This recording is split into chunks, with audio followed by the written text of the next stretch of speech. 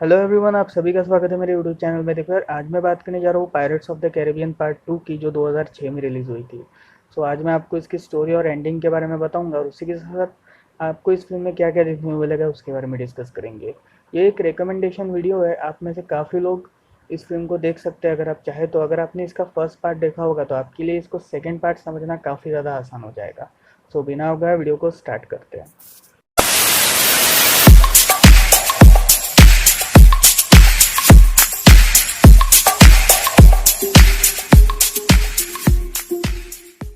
कहानी की शुरुआत होती है एलिजाबेथ स्वॉन और बिल टर्नर की शादी में, जहाँ पर इनकी एंगेजमेंट हो चुकी थी लेकिन इनकी शादी बाकी थी। अब यहाँ पे इनकी शादी के रस्म होने ही वाले थे कि तब तक वहाँ पर इंग्लैंड गवर्नमेंट का भेजा हुआ एक पुलिस ऑफिसर मिस्टर बेकेट आता है और इन दोनों को अरेस्ट कर लेता है। अब यहाँ पे गवर्नर स्वान उनके चार्जेस के बारे में पूछता है कि आखिर इन दोनों पे चार्जेस क्या थे, जिसमें बेकेट कहता है कि इन दोनों ने जैक स्पैरो की हेल्प की थी, इसी वजह से इन दोनों को अरेस्ट कर लिया गया है। एक्चुअली ये क्रिमिनल था जैक स्पैरो, और इसी वजह से उसके ऊपर काफ़ी चोरी के इल्ज़ाम थे और खुद इंग्लैंड गवर्नमेंट ने उसे अरेस्ट करने का आदेश दिया था। इसी वजह से जिसने भी उसका साथ दिया उन सभी को भी अरेस्ट कर लिया जाता है, जिसमें विल टर्नर और एलिजाबेथ स्वॉन भी शामिल थे। अब यहाँ पर बैकेट विल और एलिजाबेथ से पूछता है कि आखिर जैक स्पैरो है कहाँ। तब विल कहता है कि जैक स्पैरो कहीं भी हो पर वो अभी तुम्हें नहीं मिलने वाला। और यहीं पर ही हमें जैक स्पैरो दिखाया जाता है एक आइलैंड में, जहाँ पर उसके हाथों में कपड़ा था, कपड़े का एक टुकड़ा था और उस कपड़े के टुकड़े में एक चाबी का डिज़ाइन बना हुआ था।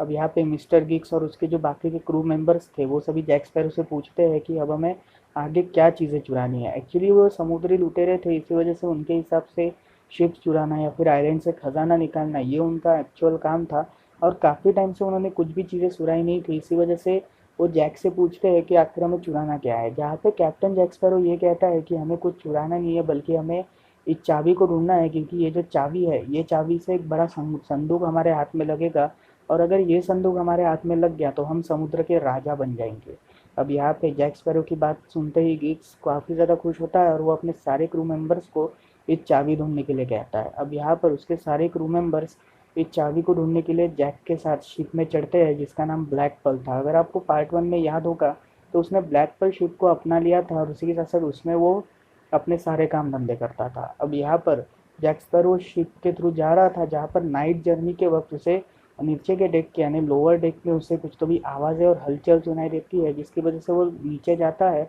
और तभी वहाँ पर उसे बूट स्ट्रैप टर्नर दिखता है। बूट स्ट्रैप टर्नर अगर आपको याद होगा तो फिर वो व्हील टर्नर के पिताजी है, जिनकी डेथ हो गई थी पर वो वापस जिंदा हो चुके थे,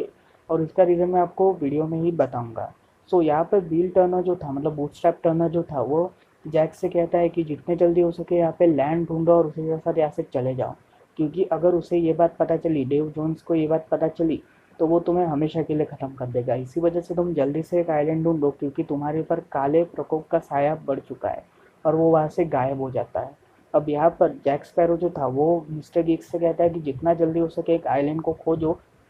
और उस आइलैंड की तरफ शिप को मुड़ाओ। इसी वजह से गिग्स और उसके जो क्रू थे, जैक गिग्स और उसके जो सारे क्रू मेंबर्स थे, ये सारे लोग एक आइलैंड की खोज में निकल जाते हैं। अब यहाँ पर विल टर्नर और एलिजाबेथ टर्नर को बंदी बना लिया जाता है, जिसमें विल टर्नर को बेकेट छोड़ देता है और फिर वो उसे एक ऑफर देता है, जिसमें वो उससे कहता है कि तुम जैक स्पैरो को तो मेरे साथ लाओ, मतलब जैक स्पैरो को तो तुम मुझे हवाले करो, उसी के साथ मुझे उसका कंपस चाहिए। एक्चुअली उसके कंपस में काफ़ी सारा मैजिक छुपा हुआ है और मुझे वो कंपस चाहिए, और उसी के साथ साथ मुझे एक संदूक चाहिए जो तुम्हें जैक स्पैरो के थ्रू ही मिलेगा, और उस संदूक को तुम मुझे जब दोगे तब मैं तुम्हें आराम से छोड़ दूंगा, और उसी के साथ साथ मैं तुम्हें तुम्हारे ऊपर और तुम्हारी वाइफ, होने वाली वाइफ के ऊपर जितने भी सारे चार्जेस थे उन सभी को मिटा दूंगा। अब यहाँ पर विल टर्नर इस ऑफर को एक्सेप्ट करता है और वो आखिरी बार गवर्नर के साथ एलिजाबेथ से मिलता है, जिसमें वो एलिजाबेथ को बाय करके वहाँ से चला जाता है। अब यहाँ पर विल टर्नर अलग अलग आइलैंड्स में जाता है जैक स्पैरो की खोज में, जहाँ पर उसे उस आइलैंड्स में जाता है जिस आइलैंड में जैक स्पैरो का आना जाना चलता रहता था। अब उसमें से वो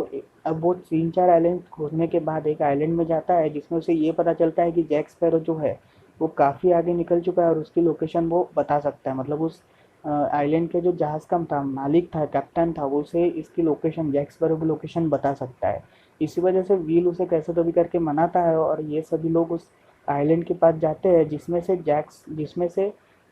जैक स्पैरो के होने की शक्यता थी। अब यहाँ पर इस आइलैंड के थोड़ा ही दूर कैप्टन उस शिप को रोकता है और व्हील से कहता है कि तुम इस पे तैर के जाओ, क्योंकि हम अगर इस आइलैंड में रुके तो यहाँ के लोग यहाँ पर काफ़ी ज़्यादा खतरा हो सकता है, इसी वजह से तुम यहाँ पे तैर के जाओ। अब यहाँ पे व्हील तैरते हुए इस आइलैंड की तरफ जाता है, जहाँ पर इस आइलैंड के अंदर के जंगल की तरफ जाते ही उसे कुछ आदिवासी दिखते हैं। अब यहाँ पर ये आदिवासी उसे किडनैप कर लेते हैं और वो इस जंगल में इसलिए जाता है क्योंकि उसे बीच की तरफ एक शिप दिखती है जो ब्लैक पर्ल शिप थी। इसी वजह से उसे ये बात पता चल गई थी कि जैक स्पैरो और उसका पूरा क्रू इसी आइलैंड पर रुका हुआ है। अब यहाँ पे जंगल में जाने के बाद ही आदिवासी उसके ऊपर हमला करते हैं, जिसमें आदिवासी उसे बेहोश करते हुए उसके मुखिया यानी जो आदिवासियों के मुखिया था उसके पास लेकर जाते हैं। और ये मुखिया को देखते हुए विल काफ़ी ज़्यादा हैरान होता है। एक्चुअली ये मुखिया और कोई नहीं बल्कि जैक स्पैरो ही था। अब यहाँ पे जैक स्पैरो कुछ आदिवासियों की लैंग्वेज में उन आदिवासियों को कुछ समझाता है और विल टर्नर को वहाँ से ले जाने को कहता है। अब विल टर्नर को बाकी क्रू मेंबर्स के साथ एक केज में बंद कर दिया जाता है जो वुड से बना हुआ था। अब यहाँ पर विल टर्नर जब जैक स्पैरो के क्रू से पूछता है कि आखिर जैक स्पैरो का एटीट्यूड इतना बदल कैसे गया, तो वहाँ पर जैक स्पैरो के जो क्रू मेंबर्स थे वो उसे बताते हैं कि एक्चुअली वो जो आदिवासी है वो जैक स्पैरो को अपना देवता मान रहे हैं और उसी के साथ साथ वो उन्हें अपना भगवान मान रहे हैं। इसी वजह से हमें बचाने के लिए जैक स्पैरो ने ये कदम उठाया। एक्चुअली वो जैक स्पैरो की बलि देना चाहते थे क्योंकि जैक स्पैरो उनका भगवान था और वो चाहते थे कि उनके भगवान की आत्मा उनके ऊपर हमेशा रहे। इसी वजह से वो उसे मारना चाहते थे ताकि उसकी आत्मा उनके साथ रहे। अब यहाँ पर ये लोग ये प्लान करते हैं कि मतलब विल टर्नर और जैक स्पैरो के जो क्रूज मेंबर्स थे वो सभी ये प्लान करते हैं कि हम एक चट्टान से, क्योंकि उनको बांधा गया था दो चट्टानों के बीच में, वैली के बीच में, जिसमें विल टर्नर एक प्लान बनाता है जिसमें वो कहता है कि हम उस चट्टान की जो ब्रांचेस है उसके ऊपर चढ़ेंगे और वहाँ से बाहर निकलेंगे। अब यहाँ पर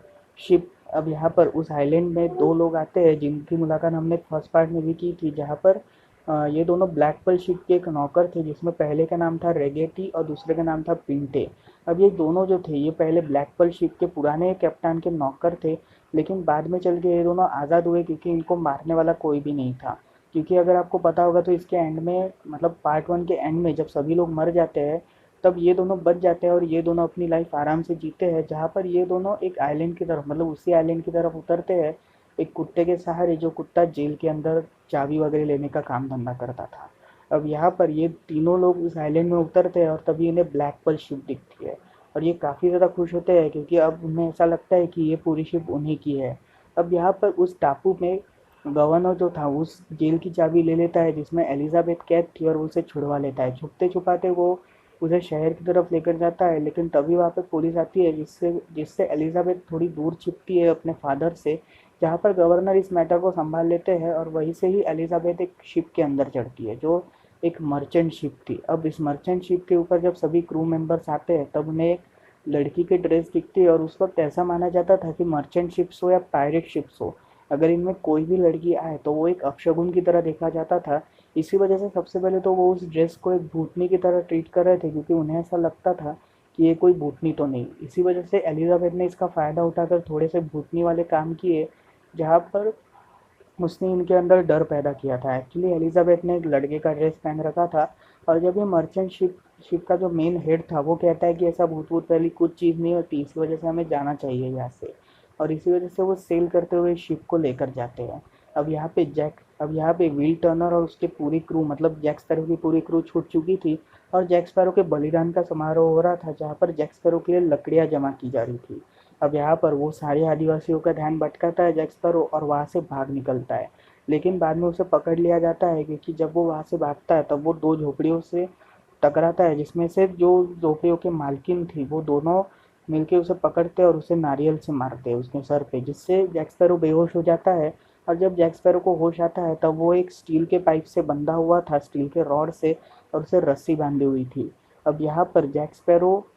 अब यहाँ पे जैक स्पैरो को जलाने का काम चल ही रहा था कि तब तक एक आदिवासी उस पुल की तरफ जाता है जिस पुल में विल टर्नर और जैक स्पैरो के क्रू को बंदी बना गया था। अब यहाँ पे विल टर्नर और उसका क्रू जो था वो निकल चुके थे, इसी वजह से वो आदिवासी दौड़ते हुए अपने बाकी आदिवासी ग्रुप को बुलाता है जिसमें वो जैक स्पैरो को जलाने की तैयारी में थे। और तभी वो जो आदिवासी था वो इन सभी को बोलता है कि वो सारे क्रू मेंबर्स बाहर निकल चुके हैं, इसी वजह से हमें वहाँ पे जाना चाहिए। अब वो अपनी आग कहीं दूर फेंक के वहाँ से चले जाते हैं और तभी जैक स्पैरो भी वहाँ से भाग के हुए भागता है। अब यहाँ पे जैक स्पैरो उस आइलैंड की आखिर की तरफ जाता है जहाँ पर उस आइलैंड के आखिर में उसे रेगेटी और पिंटे ये दोनों शिप को निकालते हुए दिखते हैं, और तभी वो उनके पास जाता है और उन्हें कहता है कि तुम आखिर मेरी शिप के पास कर क्या रहे हो। जहाँ पर ये दोनों कहते हैं कि हम आपके नौकर हैं और हम आपके शिप को बचाने आए हैं। अब यहाँ पे व्हील टर्नर के पीछे जैक स्पैरो की पूरी क्रू थी, और वो ये सभी लोग उस शिप के अंदर चढ़ जाते हैं, जिसमें ये सभी लोग उस आदिवासी आइलैंड से दूर निकल जाते हैं। अब यहाँ पर व्हील टर्नर जो था वो जैक स्पैरो से कहता है कि मुझे तुम्हारी ज़रूरत है, क्योंकि मुझे तुम्हारे कंपस चाहिए, और उसी के साथ साथ मुझे इस कंपस के ज़रिए, क्योंकि मुझे और एलिजाबेथ को बंदी बना लिया गया है क्योंकि हमने तुम्हारी जान बचाई, इसी वजह से मैं तुम्हारा कंपस चाहता हूँ ताकि हम एलिजाबेथ को बचा सके। अब यहाँ पे जैक स्पैरो कहता है कि मैं तुम्हारी फुल ऑन मदद करूंगा, लेकिन तुम्हें मेरा भी काम करना पड़ेगा, जहाँ पर तुम्हें इस चाबी के बारे में ढूंढना पड़ेगा। अब यहाँ पे व्हील टर्नर जो था उससे इस चाबी के बारे में इतनी जानकारी नहीं थी, इसी वजह से जैक स्पैरो कहता है कि तुम्हें मेरे साथ एक जगह पे जाना पड़ेगा जहाँ पर एक ऐसी औरत रहती है जिसे इस पूरे चाबियाँ, उसी के साथ साथ समुंदर में जितने भी खजाने हैं उन सभी के बारे में पता था, और इस औरत का नाम टिया डेल्मा था, जो वहाँ की एक लोकेशन एक्सपर्ट थी, और उसी के साथ साथ उसे सारी जगह पता थी। अब यहाँ पर वो टिया डेल्मा के पास जाते हैं, और यहाँ पर जैक्स पर उसे वो कपड़े का प्रिंट हुआ हुआ चाबी का टुकड़ा दिखाते हैं, जिसमें टिया कहती है कि एक्चुअली ये चाबी और किसी की नहीं बल्कि डेव जॉनसन की है, और इसमें डेव जॉनसन का दिल बसा हुआ है। एक्चुअली डेव जॉनसन जो था वो एक बहुत बड़ा समुद्री राक्षस था, और उसके अंडर में पूरा समुंदर था, और अगर किसी के पास भी उसका दिल आ जाए या फिर किसी ने भी उसके दिल को मार दिया, क्योंकि उसका सबसे कमज़ोर पार्ट उसका दिल ही था, इसी वजह से वो अपने दिल को अलग करके रखता था, और अगर उसके दिल को किसी ने भी मारा तो वो हमेशा के लिए मर जाएगा, और उसको मारने वाला इस समुंदर का नया राजा बन जाएगा। इसी वजह से अगर आपको याद होगा तो बकेटी इस संदूक के पीछे पड़ा था, क्योंकि उसे डेव जॉनसन के दिल को मारना था ताकि वो बाद में इस समंदर का राजा बन सके, और जैक स्पैरो के अंदर भी इसी चीज़ का लालच था। इसी वजह से ये सभी लोग ये डिसाइड करते हैं कि वो डेव जॉनसन के पास जाएंगे। अब डेव जॉनसन का जो इलाका था वो टर्टोगिया आइलैंड में था, जो यहाँ से थोड़ा सा दूर था, मतलब थोड़ा सा पास में ही था। इसी वजह से ये सभी लोग एक क्रू के साथ वहाँ पे जाते हैं। अब यहाँ पे एलिजाबेथ को भी पता था कि ये सभी लोग टर्टोगिया आइलैंड में जाने वाले हैं, इसी वजह से वो अपने पुरानी ड्रेस को हवा में उड़ाते हुए एक आग छोड़ती है, और उस आग से एक सिग्नल बनाती है जिसमें टोर्टोगिया लिखा हुआ था। अब यहाँ पर ये जैक स्पैरो और उसकी पूरी टीम टोर्टोगिया के पास में ही होती है, जहाँ पर उन्हें एक जंग लगी हुई शिप दिखती है, जिसमें जैक स्पैरो व्हील टर्नर को भेजता और कहता है कि यहाँ पे तुम जाओ, उस डेव जॉनसन से चाबी लो, और उसके बाद यहाँ पे चले आओ, फिर मैं तुम्हें अपना कंपास दे दूंगा। और उसकी बात मानते हुए वो वहाँ पे चला जाता है, जहाँ पर डेव जॉनसन उसे पकड़ लेता है, मतलब डेव जॉनसन के जो लोग थे वो उसे पकड़ लेते हैं, और तभी एंट्री होती है डेव जॉनसन की, जिसका शरीर पूरी तरह से एक ऑक्टोपस शरीर था, जिसका मतलब चेहरा जो था वो ऑक्टोपस की तरह था, और उसी के साथ साथ जो उसका पूरा मतलब जो उसका पूरा स्ट्रक्चर था वो एक एलियन स्पीशीज की तरह था, क्योंकि वो एक समुंदर का राजा था। इसी वजह से उसके पास ताकत काफ़ी सारी थी, और वो इन सभी को, मतलब जो लोग वहाँ पे उसे नीचे दिखते हैं वो सभी लोगों को ख़त्म करता है, जिसमें से व्हील टर्नर भी दिखता है। जहाँ पर वो व्हील टर्नर उसे काफ़ी ज़्यादा नॉर्मल दिखता है, और तभी वो पूछता है कि आखिर तुम्हारा यहाँ पे क्या काम है। तो वो कहता है कि जैक स्पैरो की मैं अमानत हूँ, और जैक स्पैरो ने अपने पूरे हिसाब और उसके साथ पूरे उधार चुकते की है। अब यहाँ पर जैक स्पैरो जो था वो सारी हरकतों पे नज़र रख रहा था डेव जॉन्स के, जहाँ पर डेव जॉन्स की नज़र जैक स्पैरो पे पड़ती है, और वो जैक स्पैरो से पूछता है कि आखिर तुमने इतना कमीनापन सीखा कहाँ से। जहाँ पर जैक स्पैरो कहता है कि ये मेरा हिसाब है, जो तुमने मेरी मदद की उसका मैं छोटा सा एक हिसाब तुमको दे रहा हूँ, और यही हिसाब मैं तुम्हें चुकता कर रहा हूँ। जहाँ पर डेव जॉनसन कहता है कि तुम्हें कम से कम और 100 लोग लाने पड़ेंगे, और वो भी इसी आइलैंड से टोर्टोगिया से। अगर तुमने 100 लोग लाने में तुम सक्सेसफुल हुए तो हमारा हिसाब चुकता हो जाएगा। एक्चुअली डेव जॉनसन ही वो अकेला बंदा था जिसने जैक स्पैरो को ब्लैक पर्ल शिप दी थी, और उसके साथ उसका कैप्टन बनाया था। लेकिन अगर आपको पार्ट 1 के बारे में याद होगा तो पार्ट 1 में कैप्टन जैक स्पैरो को धोखाधड़ी से उसके पद से हटा दिया जाता है, और उसके बदले एक और कैप्टन जड़ जाता है। अब यहाँ पर जैक स्पैरो कहता है कि मैं तुम्हें जल्दी ला कर दूंगा, जहाँ पर डेव जॉनसन कहता है कि मैं तुम्हें 3 दिन देता हूँ, और 3 दिन के अंदर अंदर तुम्हें 100 लोगों को इकट्ठा करना है ताकि मैं इन सभी की बलि चढ़ा सकूँ। अब यहाँ पर वो कहता है कि 3 दिन तक ये मेरा नौकर बना रहेगा। अब यहाँ पे व्हील टर्नर उनके यहाँ पे काम भी करता था, और उसी के साथ वो एज अ नौकर भी उनके यहाँ पे काम कर रहा था। अब यहाँ पर व्हील टर्नर की मुलाकात उसके फादर से होती है, जहाँ पर एक्सीडेंटली वो एक तोप को ऊपर ले जाने वाले थे, लेकिन तभी उसकी मुलाकात उसके फादर से होती है, जहाँ पर वो तोप उसके हाथ से गिर जाती है, जिसमें वो तोप फिसल जाती है, और तभी वहाँ पे डेव जॉनसन आता है विल टर्नर को मारने के लिए, लेकिन तभी वहाँ पे बूटस्ट्रैप टर्नर आता है और कहता है ये मेरा बेटा है, प्लीज़ इसे छोड़ दो। जहाँ पर डेव जॉनसन कहता है कि ठीक है मैं इसे छोड़ दूंगा, लेकिन तुम्हें इसे 5 कोड़े मारने पड़ेंगे। जहाँ पर बूटस्ट्रैप विल को 5 कोड़े मारता है, मतलब चाबुक से हत्या मारता है, और उसके बाद ये जब पूरा कांड खत्म होता है तब विल और बूटस्ट्रैप एक दूसरे से कन्वर्सेशन करते हैं, जहाँ पर व्हील पूछता है कि आखिर तुमने ऐसा क्यों किया। जहाँ पर बूटस्ट्रैप कहता है कि मैं कभी पायरेट नहीं बनना चाहता था, लेकिन मजबूरी ने मुझे एक समुद्री लुटेरा बनाया और बाद में चल के तो मुझे आदत ही पड़ गई। अब यहाँ पे व्हील टर्नर अपने फादर को गले लगाता है और फिर कहता है कि मैं आपको जल्दी ही यहाँ से छुड़ाऊंगा। अब यहाँ पर व्हील टर्न अब यहाँ पे जैक स्पैरो टोर्टुगिया आइलैंड में था, जहाँ पर उसने कुछ 4-5 लोग जमा किए थे बलि चढ़ाने के लिए। और तभी वहाँ पे उसे पुराना कोमोडोर दिखता है जो आपको स्टार्टिंग पार्ट में दिखा था। और वो कोमोडोर की हालत पूरी तरह से बेकार हो चुकी थी, क्योंकि उसकी पूरी दाढ़ी और उसके साथ साथ वो पूरी तरह से एक बेकार शख्स बन चुका था। एक्चुअली एलिजाबेथ और विल टर्नर की शादी के बाद कोमोडोर ने अपनी शिप से रिजाइन कर लिया था, जिसके चलते वो अब कोमोडोर नहीं बल्कि एक नॉर्मल इंसान था। अब यहाँ पर कोमोडोर को काफ़ी ज़्यादा बेइज्जत किया जाता है, और तभी वहाँ पे एलिजाबेथ आती है जो अ, जो जैक स्पैरो से थोड़ी बातें करती है, जहाँ पे वो जैक स्पैरो से व्हील के बारे में पूछती है। और तभी जैक स्पैरो कहता है कि व्हील उसकी एक मदद करने गया है, और जब वो व्हील ये काम करके आएगा तब हम तुम्हें चाबी दे देंगे, मतलब हम तुम्हें कंपास दे देंगे और तुम ये कंपास बैकेट को दे देना, जिसके चलते तुम छूट सकते हो। अब यहाँ पे बैकेट ने गवर्नर को पकड़ लिया था और उससे कहा था कि अगर आपने कुछ भी हिलने की कोशिश की तो आपको ख़त्म कर दिया जाएगा। जहाँ पे गवर्नर कहता है कि मेरी हथकड़ियाँ खोलो, क्योंकि मेरे पास इतने तो राइट्स है कि मेरे ऊपर कोई आरोप नहीं लगा है। अब यहाँ पर बेकेट उनके हथकड़ियाँ खोलवाता है और कहता है कि जल्दी से जल्दी अपनी बेटी को और अपने दामाद को ढूंढो, क्योंकि अगर वो नहीं मिले तो मैं पूरी तरह से पागल हो जाऊंगा और तुम सभी को ख़त्म कर दूंगा। अब यहाँ पे गवर्नर को वहाँ से निकाला जाता है, और तभी कहानी शिफ्ट होती है टोर्टोगिया में, जहाँ पर ये सभी लोग मतलब 5-6 लोग ये सभी व्हील टर्नर के पास जाते हैं। अब यहाँ पे व्हील टर्नर जो था वो साफ सफाई कर ही रहा था कि तब तक उसे कुछ दो डेव जॉन के आदमी कुछ तो भी खेल खेलता हुआ दिखते हैं, जिसमें इस खेल के बारे में वो अपने पिता से पूछता है। जहाँ पे उसके पिता बताते हैं कि एक्चुअली ये डाइस के अंदर जो भी नंबर है इन्हें हमें गेस करना होगा, और अगर ये नंबर आए तो तुम उस कंपटीटर से कुछ भी मांग सकते हो। जहाँ पे व्हील टर्नर डेव जॉनसन को चैलेंज करता है। अब यहाँ पे डेव जॉनसन और व्हील टर्नर के बीच होने वाला था ये गेम, जिसमें व्हील टर्नर उसकी चाबी मांगता है, इस उसके दिल की चाबी मांगता है, जिसे उसने अपनी उसी फिन के अंदर, मतलब जो उसकी दाढ़ी वाला फिन था उसके अंदर छुपा रखा था। और यहाँ पर वो ये खेल हार जाता है, जिसमें व्हील टर्नर के ऊपर सभी लोग हंसते हैं, लेकिन रात को अपने फादर की मदद से उस चाबी को निकाल देता है। जहाँ पर डेव जॉनसन जब सो रहा था तब वो उसके फिन को थोड़ा ऊपर करके चुपके से वो चाबी चालाकी से निकाल लेता है और वहाँ पे अपने फादर की मदद से भाग जाता है। अब यहाँ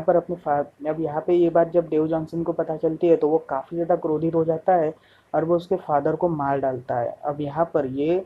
डेव जॉनसन जो था वो कहता है कि जल्दी से जल्दी व्हील टर्नर और जैक स्पैरो और उनके आदमियों को ढूंढो, क्योंकि मुझे उन्हें मारना है। अब यहाँ पर व्हील टर्नर जो था वो जैक स्पैरो की शिप में आ जाता है, मतलब जिस आइलैंड के पास वो रुके हुए थे उन 5 आदमियों को देने। तभी वहाँ पे व्हील टर्नर आता है जो उन्हें वहाँ से भागने के लिए कहता है। अब यहाँ पे व्हील टर्नर, जैक स्पैरो और ये सभी लोग वहाँ से भागते हैं, और तभी ये लोग वहाँ से भागते भागते उन्हें एक मैप में एक जगह दिखती है, जिसमें उन्हें ये बात पता चलती है कि इसी जगह पर ये संदूक गड़ा हुआ है। अब यहाँ पर वो इस आइलैंड में जाते हैं, जहाँ पर इन्हें एक चीज़ पता चलती है कि डेव जॉनसन जो है वो आइलैंड्स में नहीं उतर सकता, क्योंकि उसके ऊपर एक श्राप लगा हुआ है, जहाँ पर इस श्राप के चलते वो सिर्फ पानी में ही रह सकता है। इसी वजह से ये सभी लोग, मतलब इसके क्रू, ये सभी लोग आइलैंड में जाते हैं, जहाँ पर वो कुछ लोगों को इस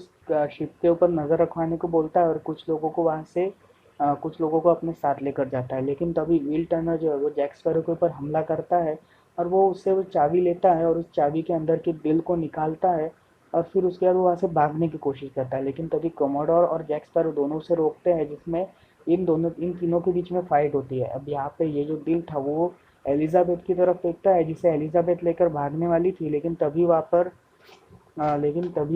वहाँ पर रेगेटी और फिंटे, ये दोनों लोग आते हैं और एलिजाबेथ को मारने के लिए जाते हैं। लेकिन एलिजाबेथ वहाँ से भागते भागते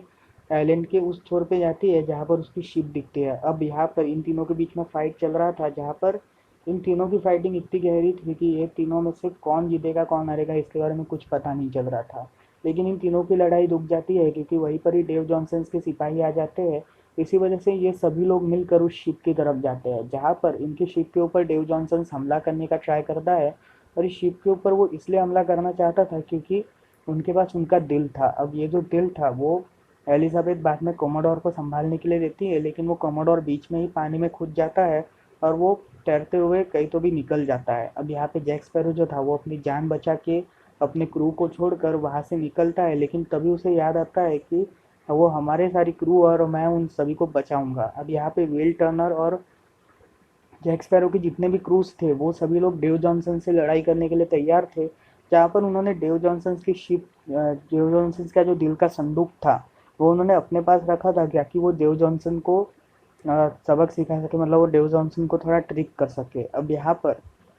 यहाँ पे जैक स्पैरो उन शिप में वापस आता है जहाँ पर वो बिल टर्नर एलिजाबेथ इन सबके साथ लड़ाई करता है। लेकिन अब उसे ये बात पता चल गई थी कि अभी लड़ाई करने का कोई फ़ायदा नहीं है क्योंकि अब उसकी शिप बर्बाद होने वाली है। जहाँ पर ये सभी लोगों को वो वहाँ से बाहर निकालता है, लेकिन तभी एलिजाबेथ जैक स्पैरो को किस करती है और उसे हथकड़ी में एक पोल के साथ बंधवा देती है और कहती है कि तुम्हारा मरना ज़रूरी है क्योंकि अगर तुम रहे तो फिर शायद से हम में से कोई नहीं बचेगा। और यहाँ पे जैक स्पैरो उसकी मदद की ये भी नहीं करता क्योंकि उसे ऐसा लगता है कि अब उसका मरना तय है। अब यहाँ पर देव जॉनसन का जो पालतू जानवर था, जी मतलब जो पालतू दानव था, वो दानव जैक स्पैरो की पूरी शिप को ख़त्म कर देता है और उसके साथ साथ जैक स्पैरो को भी ख़त्म कर देता है। जहाँ पर जैक स्पैरो अपनी तलवार निकालता है, मतलब जब वो उसे निगलने की कोशिश करने वाला था तब जैक स्पैरो अपनी तलवार निकालता है और कहता है कि आजा दानव, अब मैं तुझे ख़त्म करता हूँ, और वो उस शिप के अंदर चला जाता है। अब यहाँ पे जैक स्पैरो के जितने भी क्रूज थे ये सभी लोग काफ़ी ज़्यादा रोने लगते हैं, मतलब इमोशनल हो जाते हैं क्योंकि जैक स्पैरो की डेथ हो चुकी थी। अब यहाँ पर ये सभी लोग वापस रिटर्न करते हैं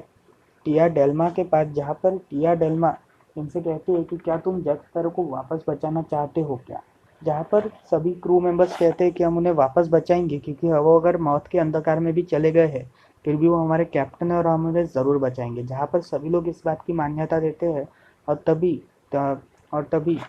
टिया डेल्मा कहती है कि तुम्हें इसके लिए एक कैप्टन की ज़रूरत होगी और ये तुम्हारे कैप्टन ज़रूर बन सकते हैं। और यहीं पर ही हमें बताया जाता है और यहीं पर ही हमें दिखता है हेक्टर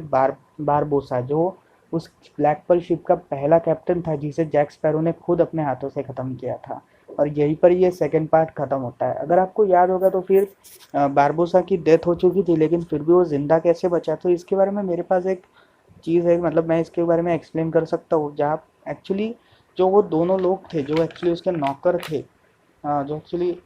उसके नौकर थे बारबोसा के, रेगेटी और पिंटे, इन दोनों की भी मौत नहीं हुई थी। मेरे हिसाब से ये जब ह्यूमंस में तब्दील हुए तब शायद से इन्हें बचा लिया गया था, या फिर दूसरा मैं एंडिंग ये कह सकता हूँ कि टिया डेल्मा ने बारबोसा को बचाया था और उसने उसको ये बात पता थी कि कहीं ना कहीं तो भी इनको मुसीबत आने वाली है, इसी वजह से इन सभी को मदद करनी पड़ेगी। अब यहाँ पे बात करते हैं कि कोमोडोर का आखिर क्या हुआ। तो फिर कोमोडोर की कहानी में हमें ये बताया गया कि कोमोडोर इंग्लैंड में पहुंचता है जहाँ पर वो बैकेट बैकेट को ये डील देता है, जो डेव जॉनसन का दिल देता है और कहता है कि तुम्हें यही संदूक का दिल चाहिए था क्या। और यहीं पर ही वो जो गवर्नर था, मतलब जो बैकेट था, वो उस कमोडोर को वापस वही पोजीशन देने का जिक्र करता है, मतलब वापस वही पोजीशन देने की जिद करता है और उसी के साथ वो इसके बारे में एक अर्जी भरता है जिसमें उसे वापस कमोडोर बना दिया जाए। अब यहाँ पर डेव जॉनसन के पास जो संदूक आ गया था उस शिप को ख़त्म करने के बाद, उस शिप का जब वो संदूक खोलता है तब उसे पता चलता है कि उसके अंदर दिल था ही नहीं। इसी वजह से दिल जो था वो बकेटी के पास था। इसी वजह से डेव जॉनसन के अंदर काफ़ी ज़्यादा गुस्सा पनपता है और वो इन सभी को ख़त्म करने की इच्छा रखता है। अब यहाँ पे बात करते हैं कि क्या जैक स्पैरो ज़िंदा बचेगा। तो फिर मेरे हिसाब से जैक स्पैरो ज़िंदा ही है क्योंकि जैक स्पैरो की डेथ कभी हो नहीं सकती, क्योंकि फर्स्ट पार्ट में हमें ये बताया गया था कि जैक स्पैरो एक अमर शख्स है और उसकी डेथ कभी नहीं हो सकती। पर ये भी चीज़ हो सकती है कि उसके अंदर का सारा श्राप निकलने की वजह से अब वो अमर रहे या ना रहे इसके बारे में कोई फ़र्क नहीं पड़ता। इसी वजह से इसका थर्ड पार्ट देखना काफ़ी ज़्यादा इंटरेस्टिंग होगा जहाँ पर हमें इन सारी मिस्ट्रीज़ के जवाब बताए जाएंगे और उसी के साथ साथ आगे के पार्ट में क्या होगा इसके बारे में बाद में डिस्कस करेंगे। सो थी ये मेरी एक्सप्लेनेशन और स्टोरी एक्सप्लेनेशन और एंडिंग इस वीडियो के रिलेटेड। अगर आपको ये वीडियो पसंद है तो प्लीज़ इस वीडियो को लाइक करें, हो सके तो चैनल को सब्सक्राइब करें और उस बेल आइकन को दबाएं। तो फिर मुझे कमेंट सेक्शन में ज़रूर बताना कि आपको ये फिल्म की कहानी कैसी लगी और आपको मेरी वीडियो भी कैसी लगी। सो मिलते हैं अगली वीडियो में, तब तक के लिए बाय बाय।